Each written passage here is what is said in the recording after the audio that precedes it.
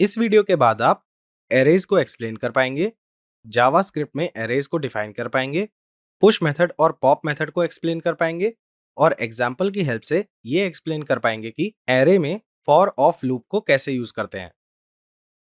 It is time to discuss one of my personal favourite topics और वो है arrays. आप सोच रहे होंगे कि हमने पिछले मॉड्यूल पीएचपी में एरेज को ऑलरेडी पढ़ लिया था, तो इस बार इसमें क्या अलग है?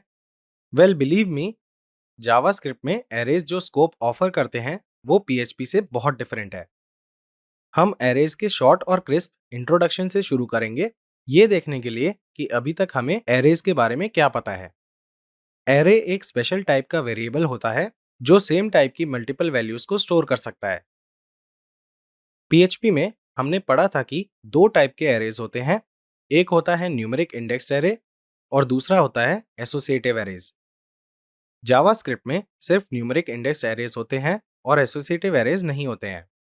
पिछले टॉपिक में हमने जिन ऑब्जेक्ट्स को डिस्कस किया था वो एरेज की तरह बिहेव करते हैं, पर वो एरेज से ज्यादा एडवांस होते हैं। We will come to that in a while in this video. अब इससे पहले कि हम ये देखें कि जावास्क्रिप्ट में एरेज कैसे डिफाइंड होते हैं, here is a task for you. मैं आपको एक सिनेरियो दूंगा और आपको न्यूमेरिक इंडेक्स्ड एरे को डिफाइन करना है using PHP which you have already learned. Variable name modules है और इस एरे के अंदर वैल्यूज को स्टोर करने के लिए आप उसे इस ट्रेनिंग के पहले 4 मॉड्यूल्स के नाम दे सकते हैं, जैसे HTML, CSS, बूटस्ट्रैप और DBMS। आप इन्हें लिखने के लिए वीडियो को पॉज कर सकते हैं और फिर हम करेक्ट आंसर्स को मैच करेंगे। तो आपने PHP को यूज करके शायद ऐसे एरे को डिफाइन किया होगा। अगर हमें जावास्क्रिप्ट को यूज करके सेम एरे को डिफाइन करना है तो सिंटेक्स काफी सिंपल है और ये ऑलमोस्ट पीएचपी के जैसा ही है। पहले हम लेट कीवर्ड को यूज करके वेरिएबल को डिफाइन करेंगे और फिर स्क्वायर ब्रैकेट्स के अंदर हम कॉमास से सेपरेट करके उन वैल्यूज को डिफाइन करेंगे जिन्हें हमें स्टोर करना है। जावास्क्रिप्ट में एरे को डिफाइन करने के लिए हम एरे कीवर्ड को यूज नहीं करते हैं जैसा पीएचपी में करते थे। लेकिन पीएचपी जावास्क्रिप्ट में भी एरे में जो भी वैल्यू स्टोर्ड होती है वो एक पर्टिकुलर एरे इंडेक्स को कॉरेस्पॉन्ड करती है, स्टार्टिंग फ्रॉम 0। और अगर हमें किसी एरे एलिमेंट को एक्सेस करना है तो हम स्क्वायर ब्रैकेट के अंदर उसके एरे इंडेक्स को यूज करके उसे एक्सेस करेंगे लाइक दिस। तो modules square bracket open 0 square bracket close से हम पहले एरे एलिमेंट को एक्सेस कर पाएंगे जो HTML है। Modules square bracket open 1 square bracket close से हम CSS को एक्सेस करेंगे and so on. Also arrays की हेल्प से हम किसी भी एग्जिस्टिंग एरे एलिमेंट को कन्वीनियंटली एडिट कर सकते हैं या फिर हम एरे में एक कंप्लीटली न्यू एलिमेंट भी ऐड कर सकते हैं। Now what is our new array? Well हमारे पास अब दो बूटस्ट्रैप हैं, एक इंडेक्स 1 पर है और दूसरा इंडेक्स 2 पर है, और इंडेक्स 4 पर हमारे पास एक न्यू एरे एलिमेंट PHP है। ये कुछ बेसिक स्टफ था जिससे आप ऑलरेडी फेमिलियर हैं। Now it is time to dive deep into arrays, और सबसे पहली चीज जो हम पढ़ेंगे वो है कि एरेज आर ऑब्जेक्ट्स। जावास्क्रिप्ट की हेल्प से हम ऑब्जेक्ट्स को यूज करके एरेज को डिफाइन कर सकते हैं। इसका सिंटेक्स सिंपल है, हम जैसे न्यू ऑब्जेक्ट को क्रिएट करते हैं वैसे ही हम एरे को डिफाइन करते हैं और सारे एरे एलिमेंट्स को हम आर्ग्यूमेंट्स की तरह पास करते हैं। यहाँ पर ऑब्जेक्ट कीवर्ड की जगह हमारे पास एरे कीवर्ड है। यहाँ एरे नाम का क्लास या फंक्शन कंस्ट्रक्टर होना चाहिए। इसका ये भी मतलब है कि इस केस में एरे टाइप के सारे ऑब्जेक्ट्स इंक्लूडिंग मॉड्यूल्स कुछ स्पेसिफिक प्रॉपर्टीज और मेथड्स को कंटेन करेंगे।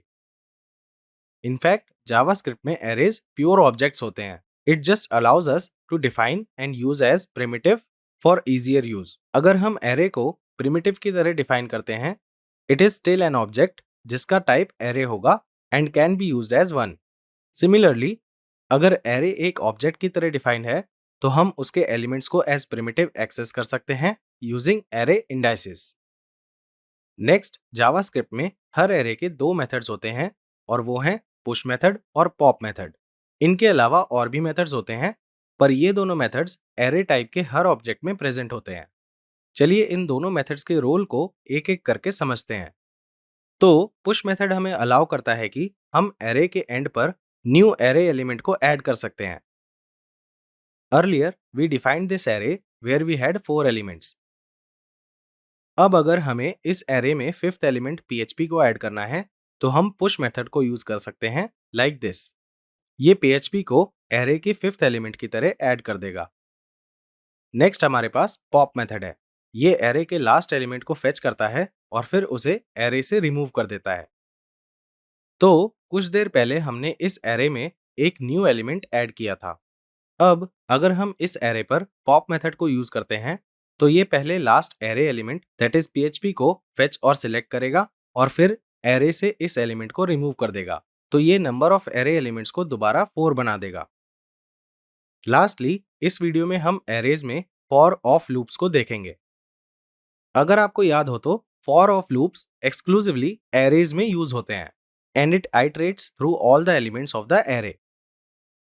Late us have a look at an example. यहाँ पर हम मॉड्यूल्स एरे के थ्रू आइटरेट कर रहे हैं और उसके सारे एलिमेंट्स को प्रिंट कर रहे हैं।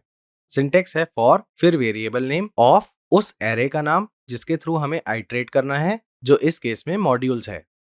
एरे में जितने नंबर ऑफ एलिमेंट्स होंगे ये लूप उतनी बार रन करेगा और हर आइटरेशन में वो एरे के एक एलिमेंट को पिक करेगा और हमारे यूज के लिए उसे एक वेरिएबल को असाइन करेगा। हम इस वेरिएबल को कोई भी नाम दे सकते हैं। अब इस कोड का आउटपुट क्या होगा? This is something you need to find out on your own. With this we have come to the end of this video. Next video में we will continue to explore more concepts.